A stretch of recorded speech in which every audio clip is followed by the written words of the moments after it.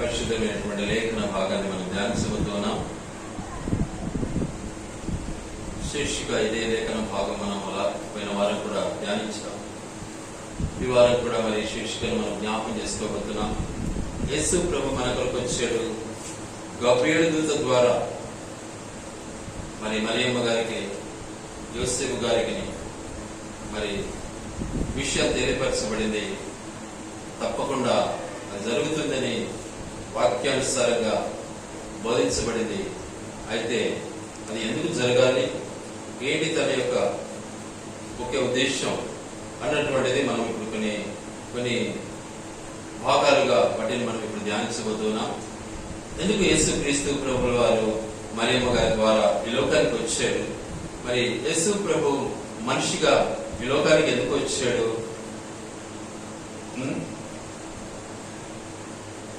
ఎందుకు ఆయన మనలో జన్మను పొందాడు? ఇవన్నీ కూడా మనం ఎన్నో విధాలుగా నేర్చుకుంటూ వస్తున్నాం. వాస్తవానికి నిజంగా మనకు దేవుడు చాలా అద్భుతంగా నేర్పిస్తున్నాడు. నేర్చుకోవడం మన వంతు. నేర్చుకోకపోతే అది మీ దురదృష్టం, అంతే. దానికి ఎవరేం చేయలేరు.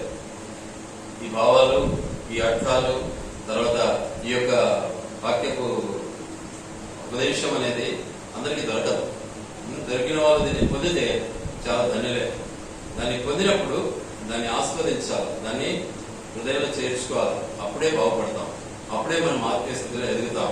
ఎందుకు వచ్చాడు ఆయన? ఎందుకు మనుషులలో ఒక కుటుంబంలో జన్మను అనుభవించడానికి ఇష్టపడ్డాడో ఒకసారి జ్ఞాపకం చేస్తున్నాం.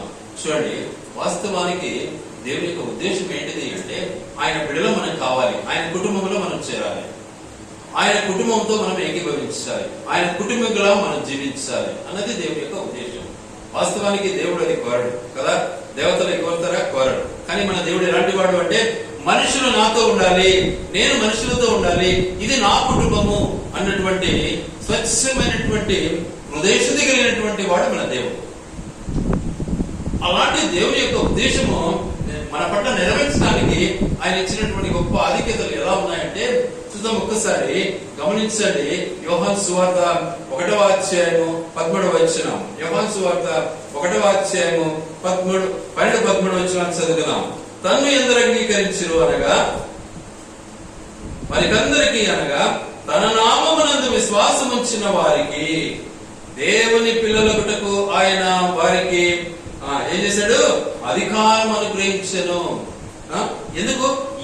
ఎప్పుడైతే మనము ప్రభువును అంగీకరిస్తామో, నిజంగా యేసు క్రీస్తు ప్రభు మనుషుల్లో పుట్టాడు, కుటుంబంలో పుట్టాడు, నా కొరకు పుట్టాడు, నన్ను రక్షించడానికి పుట్టాడు, నేను ఆయన అంగీకరించి ఉన్నాను, నన్ను నిజంగా తన బిడ్డగా, తన సొత్తుగా చేసుకోవాలని ఇష్టపడినటువంటి నా దేవుడు నేను నమ్మినట్లయితే దేవుడు ఏమంటున్నాడు? అట్టి వారికి ఏమంటున్నాడు? అధికారం అనుగ్రహిస్తున్నాడు. ఏమని? తన పిల్లలు అవ్వడానికి అధికారం ఇచ్చాడు. నేను దేవుని బిడ్డను అని గర్వంగా చెప్పుకునే యోగ్యత మనకి ఇచ్చాడు. చెప్పుకోవాలి అంటే ఆయన చెప్పినట్టు మనం వినాలి. అలా మనం చెప్పుకోవాలి అంటే ఆయన ఆదేశానుసారంగా మన జీవితాన్ని మనము మలచుకోవాలి. అప్పుడే ఆయన బిడ్డలం అవుతాం. గనుక ఆయన ఇచ్చినటువంటి గొప్ప ఆధిక్యత అది మనము జ్ఞాపకం చేసుకోవాలి. ఎందుకంటే ఇంకొక మాట ఇక్కడ 17వ వచనంలో ఏమంటాడంటే, వారు దేవుని వలన పుట్టిన వారే కానీ రక్తము వలననైనను, శరీరేచ్ఛ వలననైనను, మనుష్యేచ్ఛ వలననైనను పుట్టిన వారు కారు. చూసారా? ఎందుకంటే వాస్తవానికి ప్రభువును మనం అంగీకరించిన తర్వాత మనము శరీరానుసారము కాము. ఎప్పుడైతే ప్రభువును మనము సొంత రక్షకునిగా మన హృదయంలో చేర్చుకున్న తర్వాత మనము లోకానుసారమైన జీవితం మనది కాదు. లోకానుసారంగా జీవిస్తూ నేను ప్రభువు నమ్మినాను అని, బాప్తిసం పొందినాను అని చెప్పుకోవటంలో గొప్పతనం లేదు. అది చాలా దరిద్రముతో కూడినటువంటి మాట. కనుక ప్రభునందు మనము జీవించినటువంటి వారమై, ఆయన మనం అంగీకరించినటువంటి వారమై, ఆయనలో మనం జీవించే వారముగా, ఆయనతో కుటుంబ సమేతముగా మనం ఉన్నట్లయితే మనము ఆయన వారము, ఆయన బిడ్డలము, ఆయన పిల్లలము. అట్టి అధికారాన్ని మనము పొందిన వారమై ఉన్నాము. కాబట్టి అట్టి అధికారము తన పిల్లలుగా చేర్చుకున్నటువంటి ఆధిక్యత దేవుడు మనకి ఇచ్చాడు. కాబట్టి ఆయనను మనము ఏం చేయాలి? మనస్ఫూర్తిగా హృదయ శుద్ధితో ఆయనను ఆరాధించే వారుగా ఉండాలి. అది దేవుని యొక్క ఉద్దేశం. ఎందుకంటే ఆయన మన కొరకు మనల్ని గమనించినటువంటి వాడే మనతో కూడా సంగతించాలని, మనతో కూడా జీవించాలని, మనతో కూడా నివసించాలని ఆయన మనిషిగా ఈ లోకానికి వచ్చాడు. మరియమ్మను ఎన్నుకున్నాడు. మరియమ్మ గారి ద్వారా ఈ లోకంలో నిజంగా ప్రవేశించాడు కనుక మనిషిలో పుట్టాడు, మనిషిగా జీవించాడు. ఎందుకని మనమంతా ఆయన కుటుంబీకులంగా, ఆయన బిడ్డలంగా మనం జీవించాలన్నదే దేవుని యొక్క ముఖ్య ఉద్దేశం. కనుక ఆయన మనతో ఉండటానికి ఇష్టపడినటువంటి మన దేవుడు. ఆ రీతిగా మన జీవితంలో మనము ఆయన పిల్లలుగా అధికారం పొందినటువంటి వారము. జాగ్రత్త, అట్టి అధికారాన్ని దుర్వినియోగం చేసుకోకూడదు. మనం అట్టి అధికారాన్ని దుర్వ్యాపారం చేయకూడదు. మనం ఈ రోజు చూస్తూ ఉంటే చాలా బాధాకరంగా ఉంది. ఆ అధికారాన్ని అడ్డు పెట్టుకుని దుర్వ్యాపారం చేస్తున్నారు చాలా మంది. ఆ యొక్క ఆధిక్యతను అమర్చుకొని నిజంగా ఎంతో మంది వ్యభిచారులుగా జీవిస్తున్నారు ఈ రోజుల్లో. ఆలోచించండి ఒకసారి. ఎందుకంటే మనం నిజంగా ఆయన బిడ్డలమైతే అలాంటి దుర్వ్యాపారం మనం చేయకూడదు కదా. కానీ మన దేవుడు దుర్వ్యాపారం చేయడానికి రాలేదే. మనందరి కొరకు క్రయధనముగా తను తాను అర్పించుకొని తన రక్తాన్ని చెందించి మన కొరకు ఆయన శిలువను అనుభవించి మన కొరకు విమోచనను అనుభవించి మనల్ని శుద్ధులుగా చేసి మనకు స్వాతంత్రం ఇవ్వడానికి వచ్చాడు మన దేవుడు. అంటే ఆ దేవుని మనము పూజించాలి, స్తుతించాలి, ఆరాధించాలి, గణపరించాలి. ఎంత చేసినా తక్కువే. కాబట్టి అట్టి ఆధిక్యతను మనం మర్చిపోకూడదు. జాగ్రత్త. కాబట్టి దేవుడు మనకిచ్చినటువంటి ఈ ఆధిక్యతను మనం మర్చిపోరాదు. జాగ్రత్త పడదాం. కాబట్టి దేవుడు మనకిచ్చినటువంటి ఈ యొక్క కుటుంబ వ్యవస్థ, కుటుంబ జీవితం, యేసు క్రీస్తు మన కుటుంబానికి ఏమై ఉన్నాడు?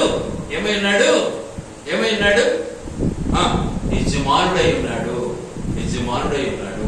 కాబట్టి తన యొక్క యజమానత్వంలో మనము కుటుంబకులముగా జీవించడం మనకు దేవుడు ఇచ్చినటువంటి భాగ్యము. అట్టి భాగ్యాన్ని మనం మర్చిపోకూడదు. అట్టి భాగ్యాన్ని మనము విడిచిపెట్టకూడదు. అట్టి భాగ్యాన్ని మనము పొంది జీవించటమే దేవుడు మనకి ఇచ్చినటువంటి గొప్ప ఆధిక్యత. గనుక ప్రభువులో మనం కొనసాగడానికి దేవుడు మనకిచ్చినటువంటి ఆధిక్యతను మర్చిపోరాదు. కనుక దేవుడు మనకిచ్చినటువంటి ఈ యొక్క గొప్ప గొప్ప స్వాతంత్రాన్ని పోగొట్టుకోకూడదు. నన్ను ఎందరు అంగీకరించు అనగా తన నామమున విశ్వాసం ఉంచు వారందరూ కూడా ఏమైనారు? తన పిల్లలు అవ్వడానికి అధికారం ఇచ్చినటువంటి దేవుడై ఉన్నాడు. అట్టి అధికారాన్ని మనం మర్చిపోతాం, జ్ఞాపకం చేసుకుంటాం. కాబట్టి దేవుడు మనకిచ్చినటువంటి గొప్ప ఆధిక్యతను మర్చిపోకూడదు. అందుకే ఇంకొక మాట ఏముంటుందంటే ఇక్కడ వాక్యంలో చూద్దాం. యోహాను మొదటి పత్రిక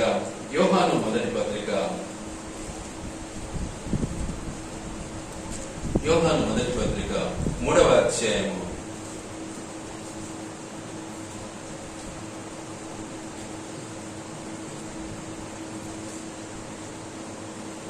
1-2 వచనాలు చదువుకున్నాం.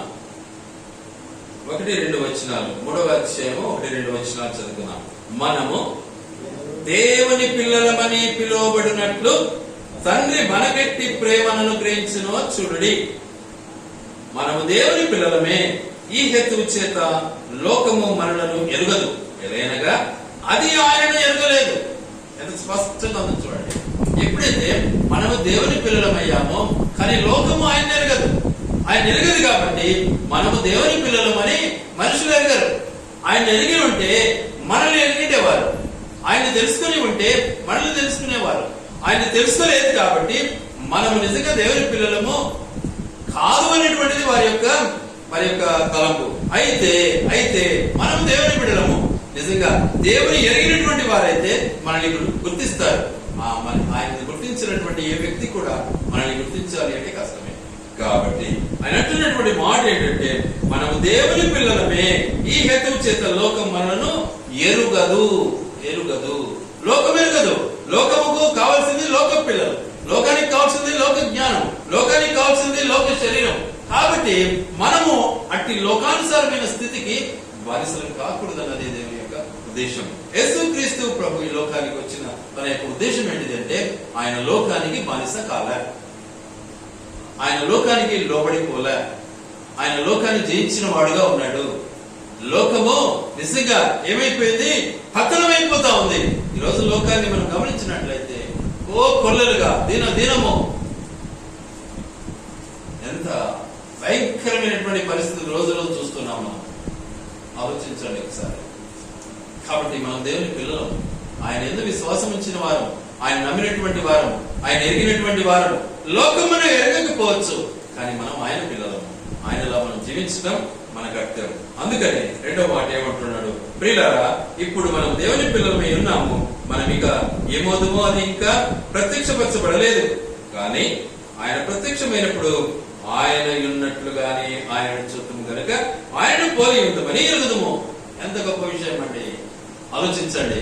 మనము ఆయనతో ప్రత్యక్షమైనప్పుడు, ఆయన మనకు ప్రత్యక్షమైనప్పుడు, ఎదురుపడినప్పుడు ఆయనతో, ఆయన వలె, ఆయనతో సహా మనం ఆయన బిడ్డలముగా, ఆయన పిల్లలముగా, ఆయన రాజ్యములో, ఆయన యొక్క కుటుంబీకులముగా మనం జీవించాలనేది దేవుని యొక్క ఉద్దేశం.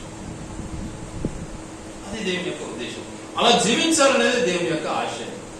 వాటిని బట్టి దేవుడు అంటున్నాడు, తను ఎందరు అంగీకరించును అనగా తన నామందు విశ్వసించిన వారందరూ కూడా దేవుని పిల్లలకు ఏమిచ్చినాడు? అధికారం ఇచ్చాడు. అధికారాన్ని మనం కోల్పోతున్నాము అంటే లోకంలో కలిసిపోతున్నాము అని అర్థం. అధికారాన్ని మనం కలిగి ఉన్నామంటే లోకాన్ని మనం ద్వేషించిన వారము అని అర్థం. కాబట్టి లోకాన్ని మనం జయించిన వారమైతే దేవుని యొక్క అధికారాన్ని మనం పొందిన వారం అవుతాం. లోకానికి మనం లోబడిన వారమైతే దేవుని యొక్క స్వాతంత్రాన్ని మనం కోల్పోయిన వారం అవుతాం. కనుక ఆయన మనకు అధికారం ఇచ్చాడు. అట్టి అధికారాన్ని మనం నిజంగా సంపూర్ణంగా అనుభవించినట్లయితే ఆయన కుటుంబీకులమే, ఆయన కుటుంబములో ఆయనతో కూడా మనము జీవించు వారమై ఉంటాము. ఆయనలా మనము సత్యాన్ని పాటిస్తాము, ఆయనలాగా మనం పవిత్రతను పాటిస్తాము, ఆయనలాగా మనము పరిశుద్ధమైనటువంటి కార్యాలు చేయడానికి ఇష్టపడతాము, ఆయనలాగా మనము ఇతరులను ప్రేమించే వారంగా ఉంటాము, ఆయనలాగా మనము ఇతరుల కొరకు ప్రయాసపడే వారంగా ఉంటాము. ఇది దేవుడు మనకి ఇచ్చినటువంటి ఆధిక్యత. అలా లేకుండా దేవుని బిడ్డలు అనే నోరు పారేసుకుంటే సరిపోదు సుమా. జాగ్రత్త పడాలి. లేదా మనమే మన కడుపు నింపుకుంటే సార్లే, మాది బాగుంటే సార్లే అనుకుంటేవాడు దేవుని బిడ్డ కాడు కాడు కాడు అనే విషయం. కనుక ప్రభువులో మనం కొనసాగడానికి నిజంగా ఎల్లప్పుడూ కూడా ఆయన కుటుంబీకులముగా, మన ఆయన ఎంత చేస్తే నేను అట్లా చేయాలనుకుంటున్నాను. మన ఆయన చేసిపోయినాడు కాబట్టి దాన్ని మర్చిపోలేదు. ఆ విధంగా నేను చేయాలి, అది రావాలి మనలో. మన దేవుడు ఏం చేశాడు, మనం అది చేయాలి. మన తండ్రి ఏం చేశాడు, మనం అది ఆయన పిల్లలంగా చేయాలి. అది దేవుడు మనకి ఇచ్చినటువంటి గొప్ప ఆధిక్యత. కాబట్టి ఆయన నామాన్ని స్తుతించాలి, ఆరాధించాలి, కనపరచాలి. మరి ఒక మాటను జ్ఞాపకం చేసుకోబోతున్నాము, ఆలోచించండి. నిజంగా మనము తండ్రి అయినటువంటి దేవునితో ఎల్లప్పుడూ కూడా సహవాసం కలిగి ఉండాలి అంటే ఏం కావాలి? మనము పునః ప్రతిష్ఠించబడాలి. మనము ప్రతిష్టత కలిగి జీవించాలి. ఆయనకు సమర్పించినటువంటి వారముగా జీవించాలి. ఎల్లప్పుడూ ఆయనతో ఉన్నటువంటి వారముగా మనం జీవించాలి. ఆయనే మన ధ్యేయము అన్నటువంటి నినాదంతో మనం ముందుకు సాగాలి. అది దేవుని యొక్క ఉద్దేశం. ఏదో నాది నింటే సార్లే, నేను గడుపుకుంటే సార్లే, నా గడుపు నిండితే సార్లే అనుకుంటే వాడి క్రైస్తవుడు కాడు, వాడు దేవుని బిడ్డ అసలు కాడు. ఇది దేవుని యొక్క ఉద్దేశం. అందుకని వాక్యం ఏముంటుంది? 3వ వచనం, అందు ఆయన యందు ఈ నిరీక్షణ పెట్టుకున్న ప్రతి వాడును ఆయన పవిత్రుడై ఉన్నట్టుగా తను పవిత్రుడిగా చేసుకొనును. ఎంత స్పష్టంగా ఉందండి. ఎట్లా ఉంటాడు? మన తండ్రి నిజంగా పవిత్రుడా కాదా? పరిశుద్ధుడు. మరి మనం ఎందుకు పరిశుద్ధంగా ఉండకూడదు? మనం మోసగాళ్ళని ఎందుకు ఉండాలి? మనం ఎందుకు అబద్ధం ఆడాలి? మనం ఎందుకు ఇతరుల పైన ద్వేషము, కలహము, మత్సరము, క్రోధము, అసూయ ఇవన్నీ మనకెందుకు? చాలా మందికి ఆ రోగాలతోనే సతమతమైపోతూ ఉంటారు. బైబిల్ చేతిలో ఉంటారు కానీ ఆ రోగం పోదండి. ఎలా దేవుని బిడ్డలు అవుతారు? ఎలా అవుతారు? How it comes like as sons of God. దేవుని పిల్లలు ఎలా అవుతారు?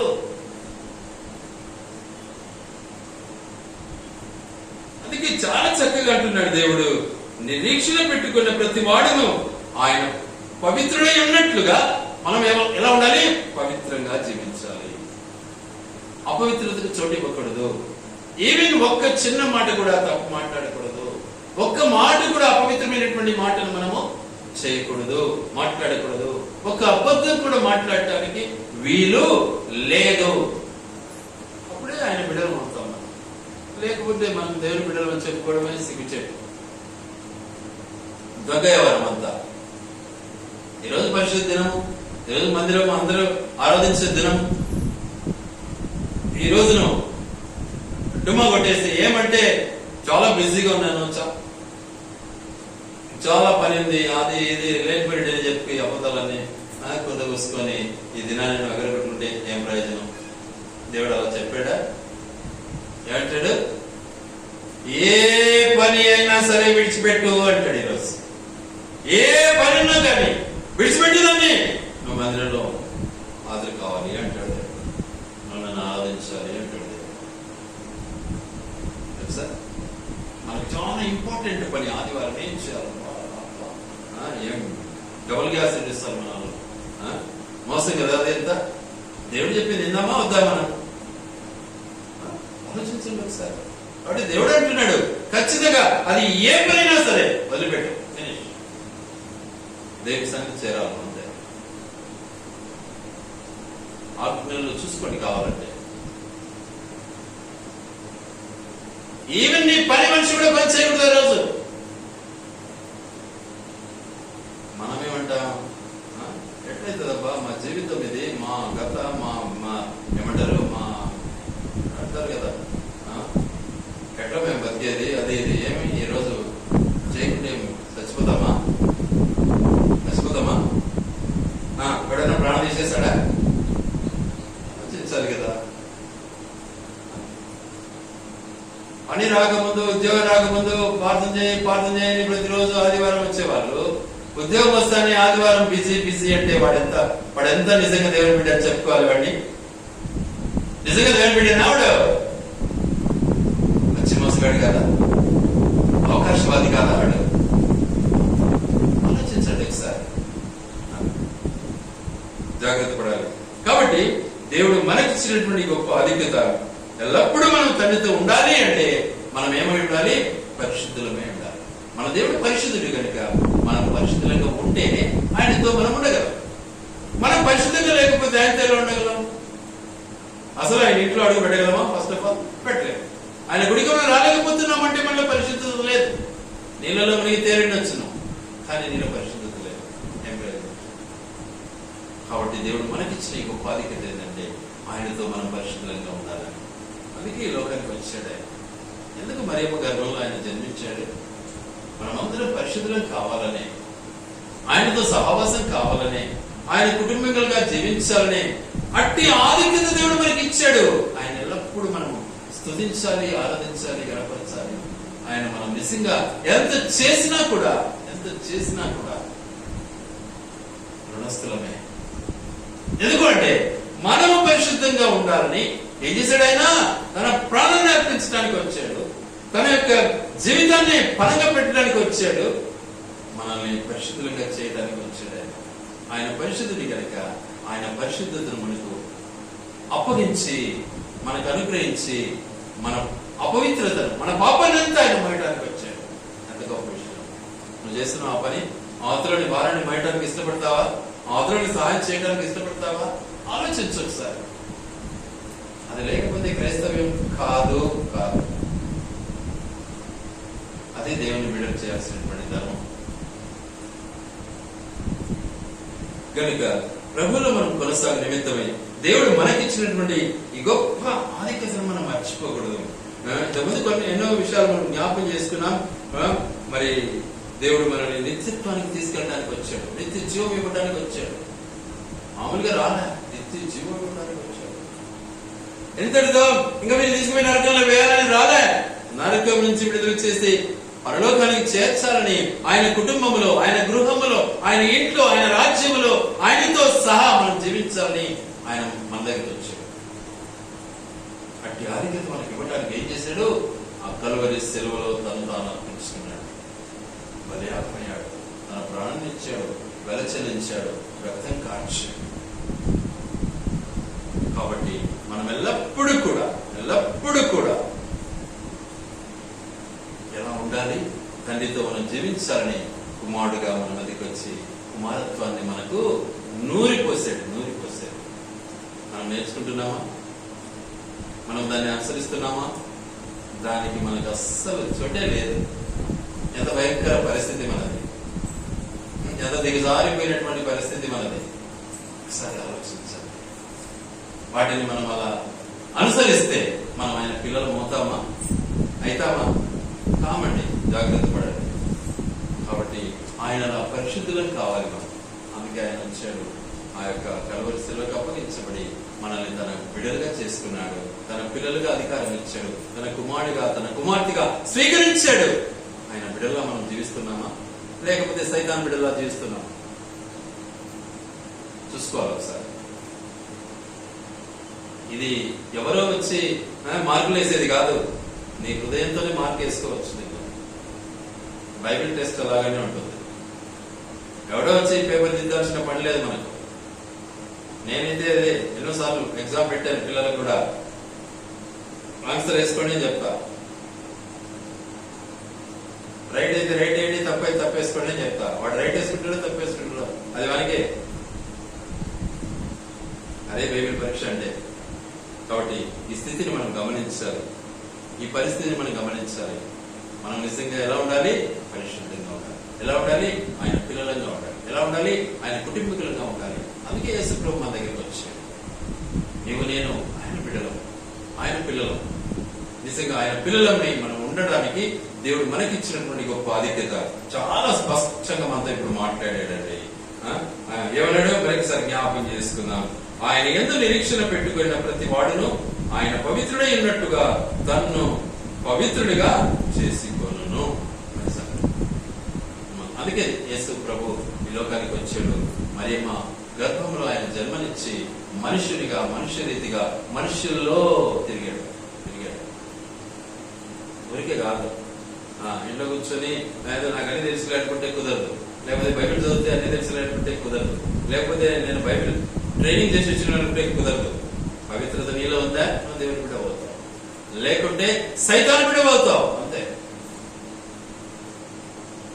కాబట్టి మన బ్రతుకును ఒకసారి పరిశీలించుకున్నాం. ఆయన పిల్లలమా? ఆయన పిల్లలుగా చేయడానికి యేసు ప్రభు మనకు వచ్చాడా? ఆయన ఆరాధిస్తాం, ఆయన పూజిస్తాం, ఆయన గణపరుస్తాం, ఆయన్ను ఆరాధించి స్తుతించి గణపరుచుకుందాం. దేవుడి మాటల్లో, ఆయన వెనుకలో దీవించి ఆశీర్వదించును గాక. ఆరాధన